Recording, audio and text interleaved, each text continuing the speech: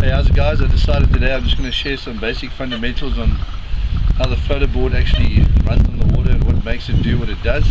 I suppose each board design is different. Each designer has a different concept, idea, approach, and so I'm just going to share mine.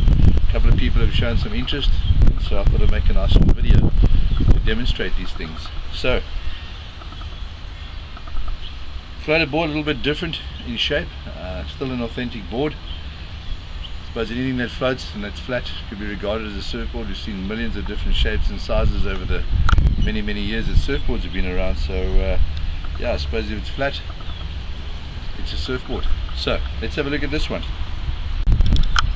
Basically, if this bottom of the surfboard was just completely flat, the surfboard would just ride on the surf, on the wave, flat, because we don't have the ability to move the weight onto the rail like an actual surfer does.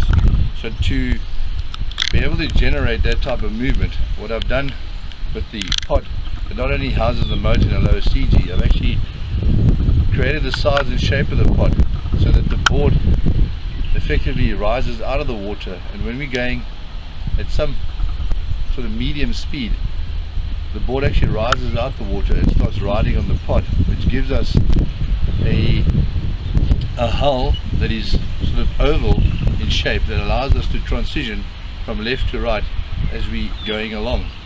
What actually helps benefit that turning is the bifin at the back here, because as the bifin turns, so the fin of the bifin spades forward into the water, pulls the tail down and drops that rail into the water when we turn.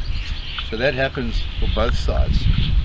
One of the big issues with any powered boat is the rotational torque of the prop. In this case, our prop rotates anti-clockwise looking from the back, so for every action there's a reaction. So in this case, the board would have a desire to want to run on the right rail, and what I've done here to prevent that is only have a foil, a positive foil, on the left hand fin. So when the board's running, we have a straight fin on the right, we have the positive foil on the left here, which is actually countering the rotation of the prop's torque by pulling that tail down. So we'll see when the board's in the water. What we're going to try and demonstrate is how the board actually rises up onto the pod and how the board actually tilts from left to right as we go into the turns. Okay, another aspect with any surfboard, real surfboard, rcSurfer, is actually your rail shape. Softer rails give us more depth in the water, give us more hold in the water. If we have a rail that's too sharp here, they'll have a tendency to actually slide very easily because the water will be just breaking away and not tucking over the rail. So on the floater board, I've got a soft rail coming all the way from the front, and as we get towards the back here, it gets sharper so we can have release on the tail. So nice soft rail tucking into the water, giving us length of rail in the water on the turns. Another important factor I find on the rcSurfer board is the wide tail. I definitely find with a narrower tail, especially on acceleration, especially accelerating and powering of a turn, the wider tail allows the nose to come up quite easily. You lose your length of rail in the water and you tend to perhaps have a bit of a bobbing action, whereas the wide tail gives us lift, gets the rail into the water and gives us good control in the turns. Wide tail also gives us stability, which is great, and just all round, I think they've even found in the more modern surfboards as well nowadays, we're finding that they're going back towards a very wide tail. So that's it, that's just the general theory. Let's put the float in the water and try and demonstrate some of those design features actually in action up close.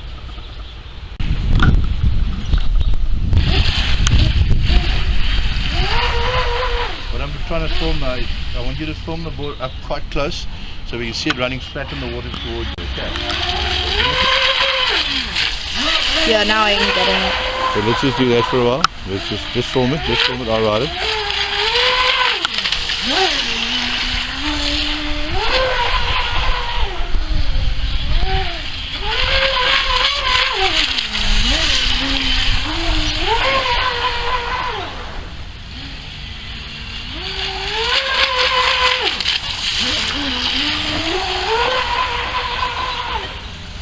So yeah, I'm just demonstrating how flat the board's actually running at speed. Limiting the torque to the right.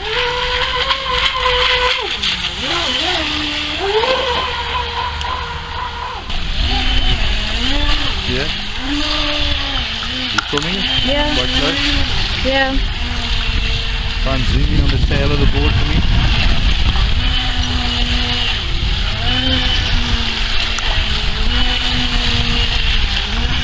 See that on the tail of the board? Yes.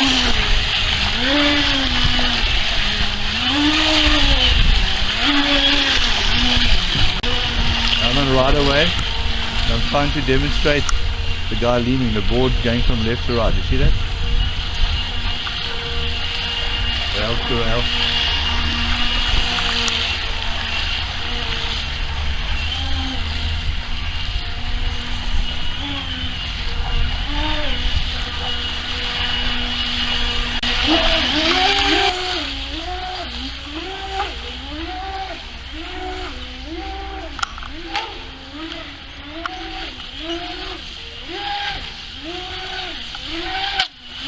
Go from far and zoom in closer and closer.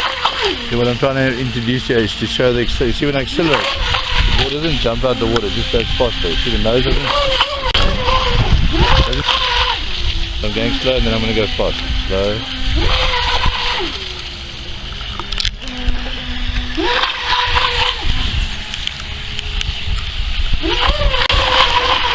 Good.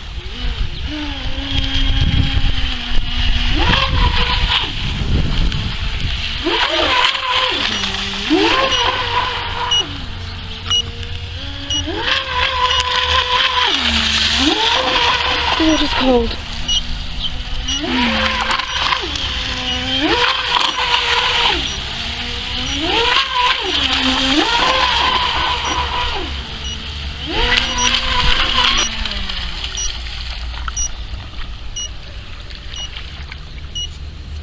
Hey, so that's it, guys. it. I hope sharing those few fundamental basics kind of helped you understand how Bro operates. Always room for improvement. Evolution of all things is the exciting part about it, and make no mistake, it's what I think about all day is how can we make things go better.